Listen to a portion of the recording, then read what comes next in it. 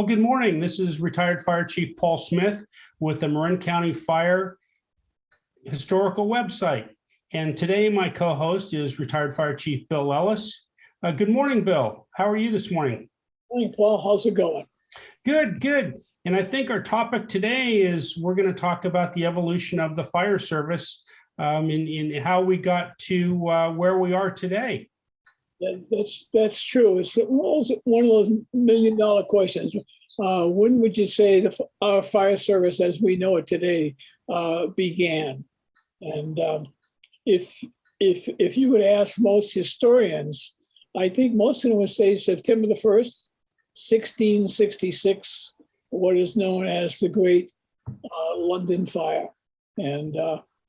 And when you watch this program, I think you'll understand that's where it all started. It's 1666 till 2022, and a lot of things have not changed since that time for us. And a lot of things have changed. And I think this morning, we can point out how we evolved from 1666 and that terrible fire in London to the improvements we made today. Yeah, when we know the history of the construction and stuff back in those days, thatch roofs and closed buildings and zero clearances across the street, you can understand why we have so many great fires. London experienced a great fire like every 200 years or so. Yeah. There was a fire in 1212 in London that took 30,000 people, but you don't hear much about it because of the more current one. But since 1666, London has not experienced a major fire, not counting the bombing of from World War II. So right. So it's called the Great London Fire of 1666. This fire took out 13,000 structures and 87 churches. Burned for 4 days and 4 nights. And very significant piece of history. And I call it the birth of the fire service. This fire is without this fire, the fire service probably would have been another 100 years in the making to this point. And the question is always going to be, what caused the fire to spread so quickly? Mm. It was a combination of things. Like we said, it's going to be the perfect storm. First and foremost, it was the type of construction. It was what we would call today the Tudor construction, made out of wood, and it's not lath and plaster. Basically, it was wood, twigs, and mud, and the buildings were, let's say, a 3-story building in those days. The top 2 stories were jettison, and the word jettison is used. It's the first time you hear the word jettison, meaning it extended out over the street. But the first floor stayed back underneath, so you'd have, and in those days it was Roman highways for just 2 carts to pass each other. So on the upper 2 stories, they're basically 6 feet apart. And sure. So, Bill, they're cantilevered over the street then. Yes, right, they are. And that's where jetty comes. That's where the word jetty comes from, sticking out. And we think about jetties in marine construction, harbors, and so forth. But that's how it all started. And so what happens there? It started in a bakery on Puddin Lane is the famous name of the street is Puddin Lane. And in those days, all the ovens were open, like a modern pizza oven. It's open, and you just reach in. So the baker gets up 1 o'clock in the morning, stirs the embers, make sure they're going to be hot and ready to go when he gets up to start baking. And apparently one of them, like a cutting up, rolled out and caught his house on fire. And he and his wife and daughter escaped. The maid was the first fatality. She would not jump out of the 2nd-story window, and for that fear, she lost her life in that thing. But the question is, what was the fire service like in those days? And right. Is we're going to see a leather bucket, which we had into this country into the middle of the 1800s, and this still had leather, and we had leather here in Marin County almost to the start of the 20th century.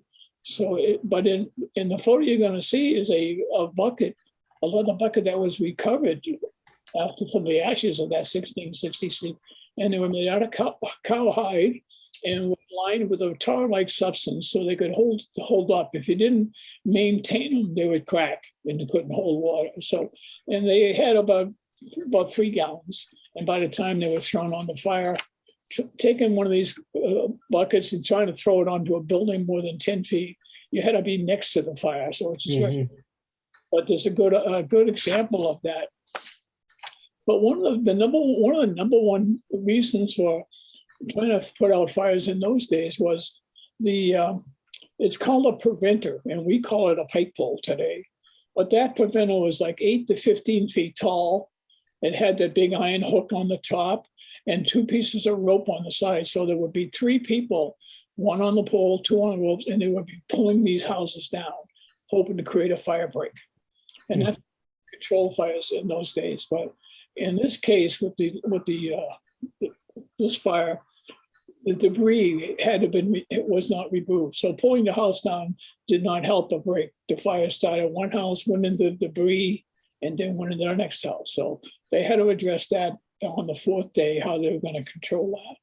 Sure. So you're going to see an image of pulling the building down.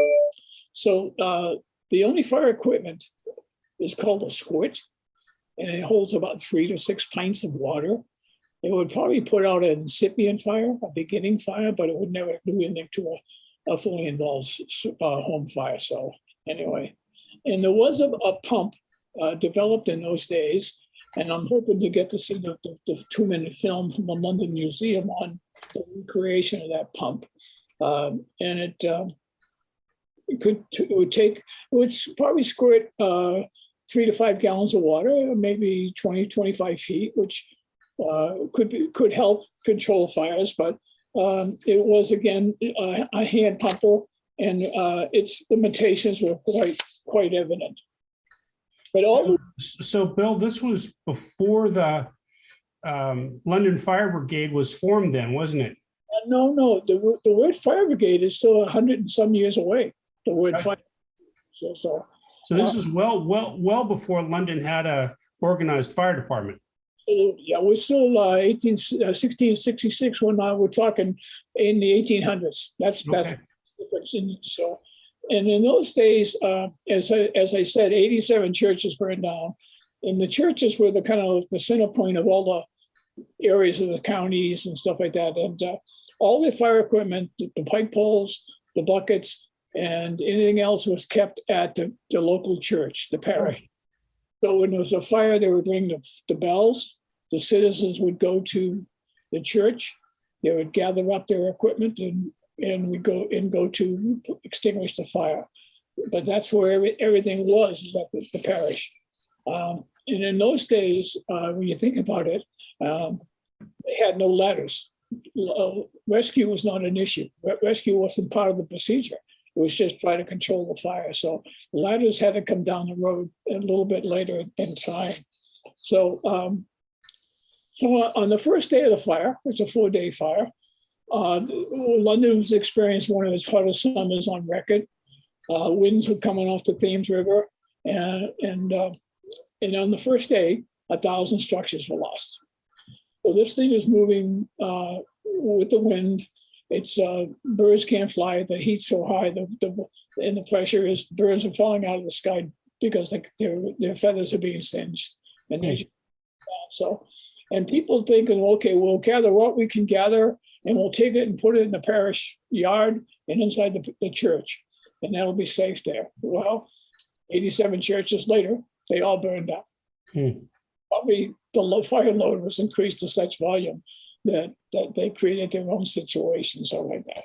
So it burned for 4 days, and what they wanted to do is, as it was approaching what is called the Tower of London, which at that time was already 600 years old.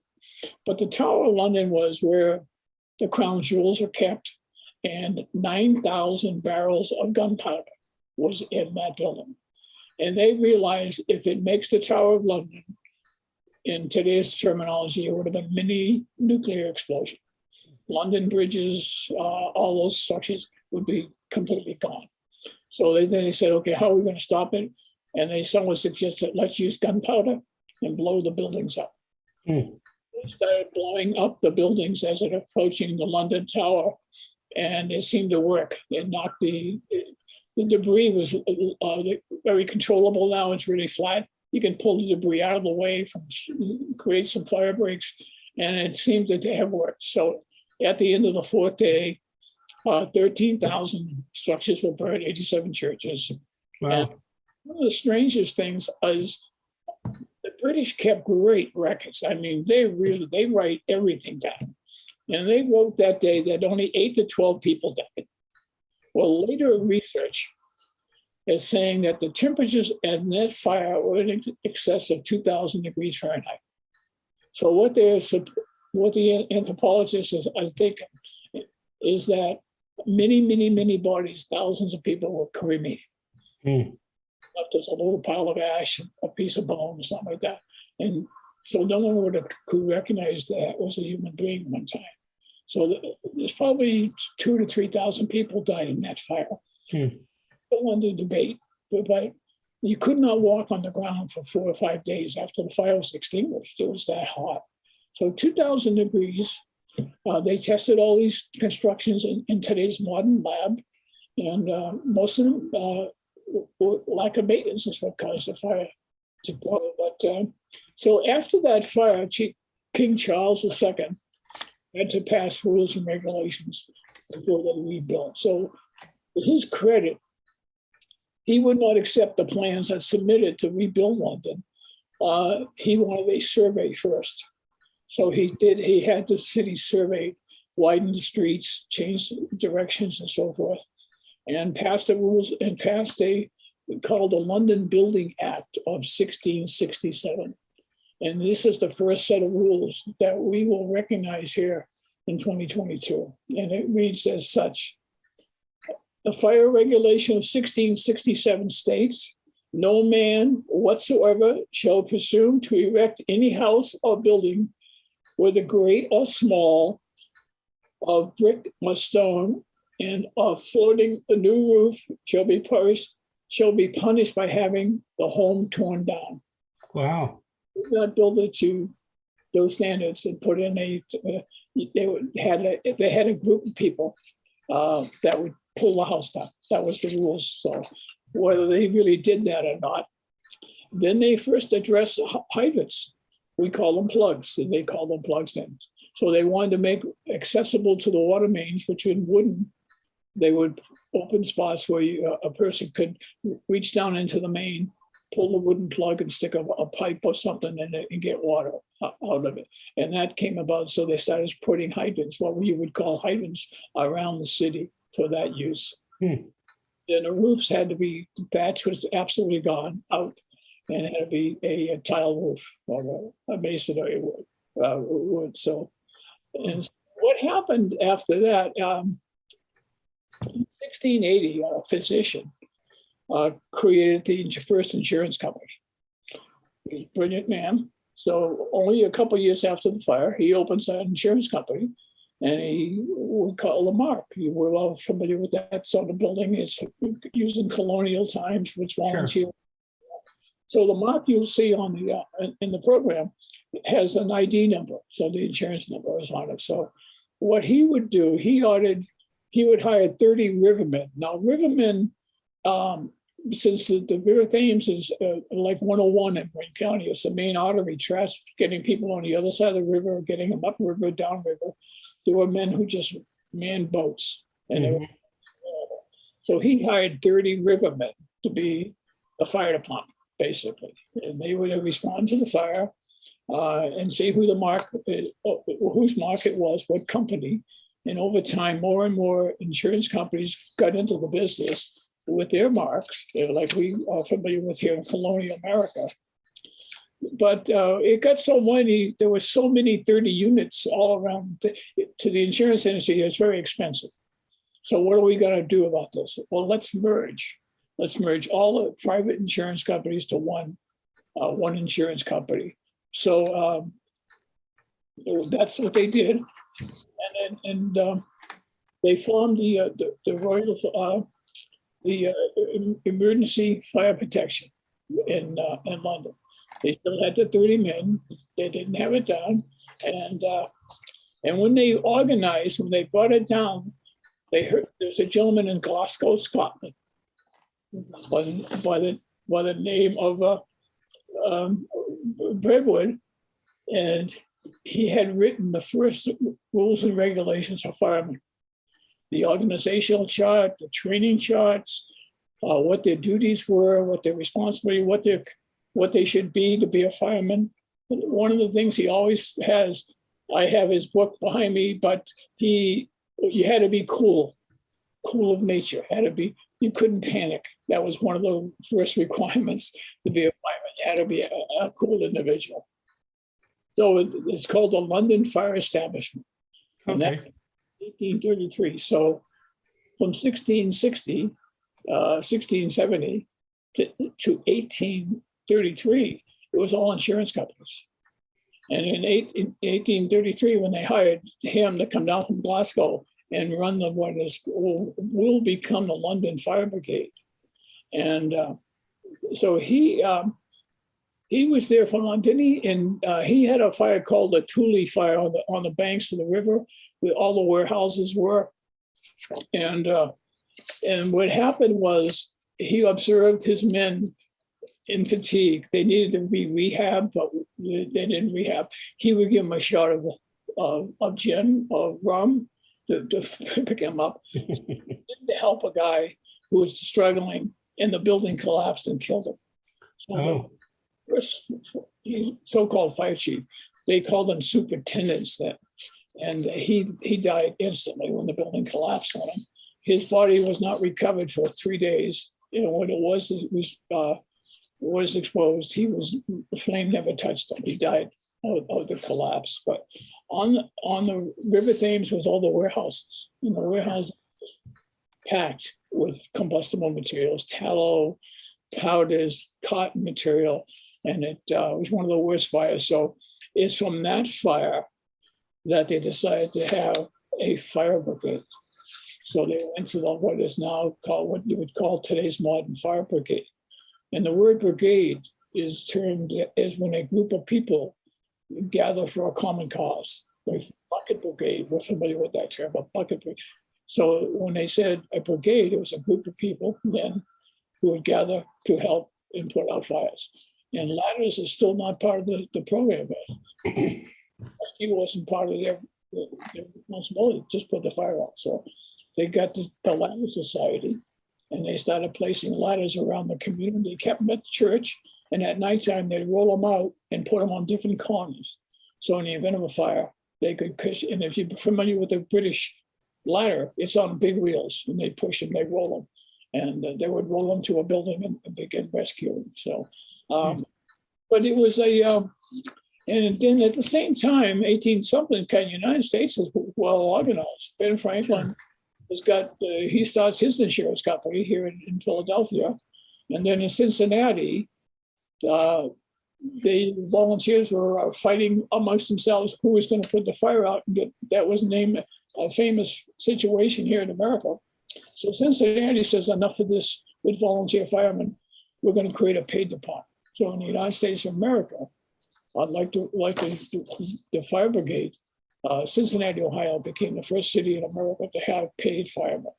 And the rest is, as we say, is history here. If you would say, I would say, with the rules and regulations, the construction, the tearing down of a building that wasn't meeting code, and the organization of the fire department, training manuals, and he copied the military terminology when he put his fire department, the captain, the brigades, and stuff like that. So, but anyway, that's the history. If you would ask me or historians, they're going to say 1666, the Great London Fire was the inception of what we would now call the modern fire department. And here in America, we have developed, and you're going to talk about that, Paul. So oh, it's a quick history of it. So, Bill, that was a really really good overview of, how we got to colonial America. Yeah. Back in London, they had this tremendous fire that you mentioned, and how they evolved, on the other side of the pond, as they say. And you bring us up to colonial America with Cincinnati and Philadelphia developing their fire brigades. In America, we had basic fire codes, if you will, back there with regard to chimneys, with regard to, they had to have a leather bucket prepared with water in it at all times. So we were a little bit better organized. But, as our American cities started to grow, that's when we started to develop city fire departments. You have to remember, we've done this Marin Fire History, talked on the subject several times, but we were a very rural country in the early days. And when the city started forming, New York, Boston, and you mentioned Philadelphia and Cincinnati, you had to develop building codes because we were starting to burn blocks down, even with our basic fire departments. Paul, let me interject just to say that. It's going to be hard to believe, but in the United States, we did not have a fire code like the California Fire Code. We did not have a fire code to the early 1960s. When I got in the business, there was no fire code. There were bulletins out of New York City's insurance industry. That's what we would call until the Western fire chiefs all got together and created what we now know as the California Fire Code. And that was a very thin book. But in 1962, 63, there was no fire code. There was no fire inspections, nothing. That's in my time, in your lifetime. So Right. And we had, and we've touched base on this on Marin Fire History before. I'm talking about the fire agencies and our culture seems to have a disaster. We talked about the Triangle Shirtwaist Factory. We talked about the Great Chicago Fire in these disasters. And out of these disasters, we developed America Burning, and people got a wake-up call and said, hey, we have to do better at what we're at protecting citizens and the lives of our residents and their property, because we can't keep losing the number of people we're losing due to our lack of codes, ordinances, and just common sense. No, you're absolutely right. We were losing until before America Burning. Why America Burning came out? And that is one of the most historical books in the fire service. If you have a library, that's the one book you should have, America Burning. When President Nixon was in office, it was the first time America allowed the federal government to talk about the nation's fire safety. We were losing 12,000 people a year as an industrial nation in the 1960s and 70s. And they finally had to address it. And from that came one of the things they asked for in America Burning was the technology wasn't there, but they mentioned we should be sprinkling all the homes. And guess who came along? Like the guy by the name of Paul Smith Sr., who was the instrument in developing Interfaith 13D. Because before America Burning, Bill, we had codes for industrial buildings, warehouses. We had some of that stuff covered, but the homes, not so much. Fire sprinklers in homes hadn't been developed yet. The smoke detectors in the bedrooms hadn't been developed yet. Hadn't been invented yet. And here we are today with much safer environments for our people to live.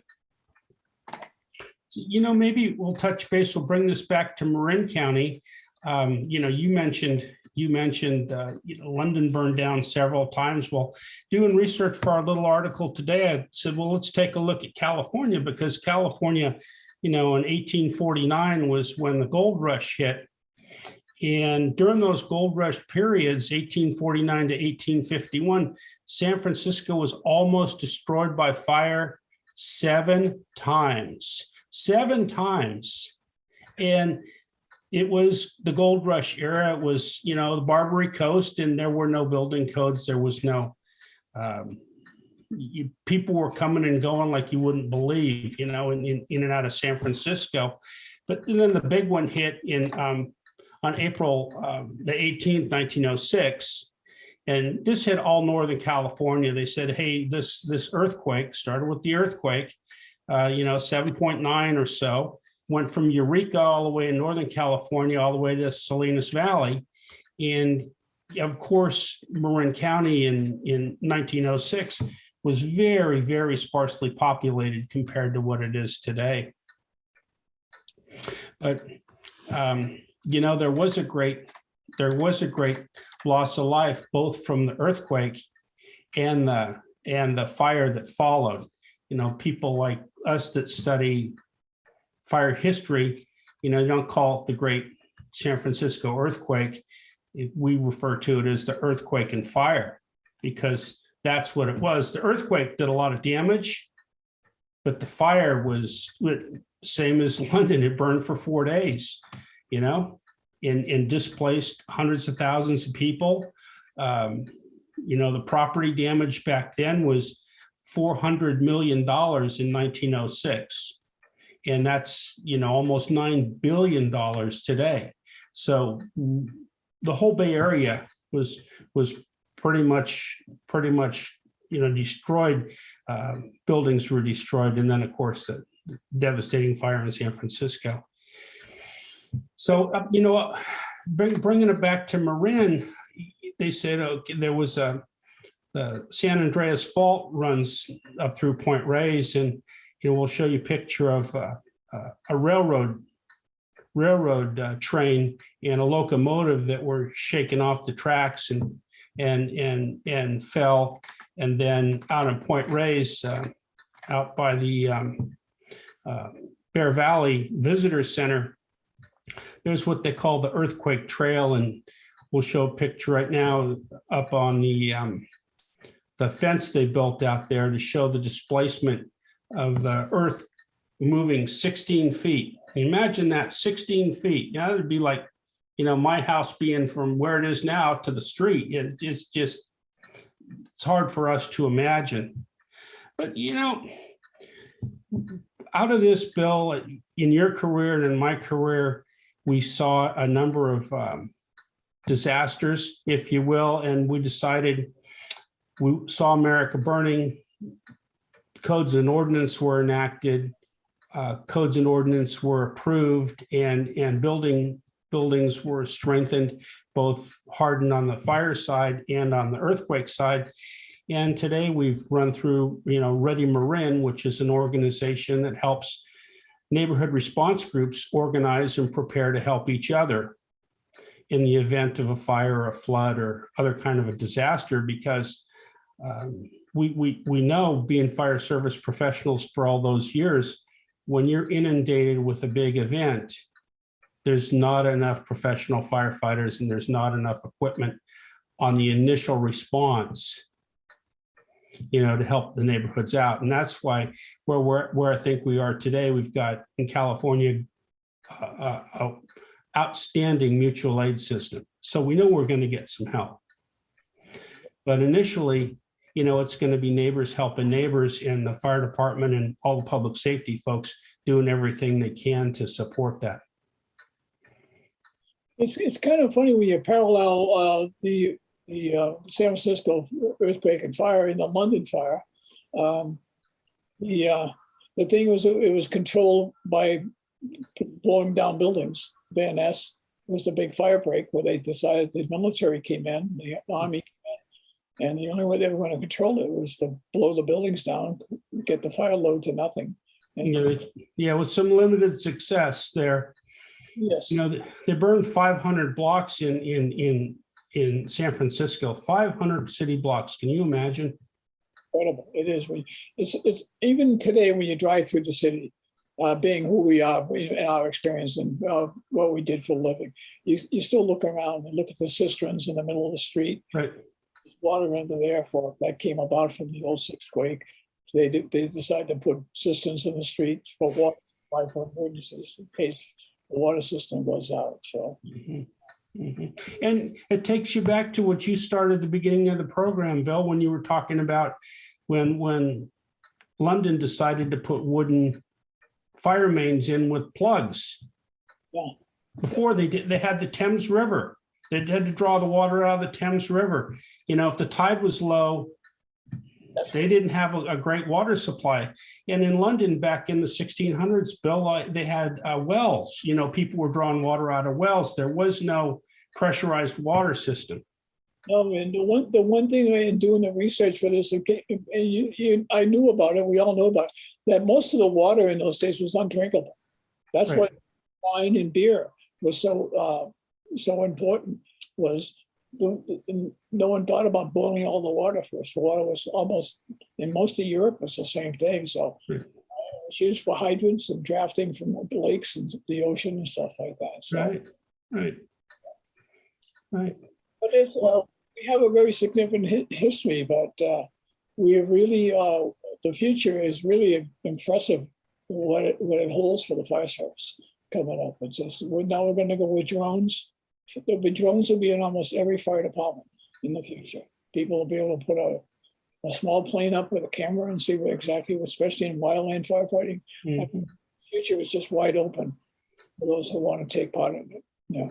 And that's a great lead in for an episode that Marin Fire History is going to post soon, is that the second piece on fire communication and how these fire agencies today's and the battalion chiefs and the fire companies today have these resources at their fingertips. You know, we're talking, you know, the drone in the sky and the iPad and all the great communications equipment and resources that the fire department had. And you and I, Bill, talked about this at length, was when back in the day, the fire officer had the speaking trumpet. In the 1960s, before we had radios, you know, they had the megaphones they'd hold up, and we've come a long ways. So, you know, I hope our folks enjoyed watching us today talk about how fire service evolved from the London fire in 1666 and kind of where we are today, and wrap up. You know, hope to see you next time when we talk about fire communications and the evolution of that. It's true. Yeah. If you don't understand history, you're forced to repeat it. You got to understand what lies ahead. Yeah. And every generation needs to learn lessons of the past. They do. You know, and we're that generation have also learned about the Berkeley Hills fire and the Oakland Hills fire, and those kinds of fire. Mount Tamalpais. Right. Your time is. Well, I hope everyone's enjoyed our program today. We appreciate you watching us, and if you have comments and that, please let us know. We'd love to hear from you. All right. Thank you, Paul. Have a great day. Thanks, Bill. Same to you. And thanks to our producer, Dan at Marin Fire History, for putting this together for us. Yeah, he's a good man. Okay.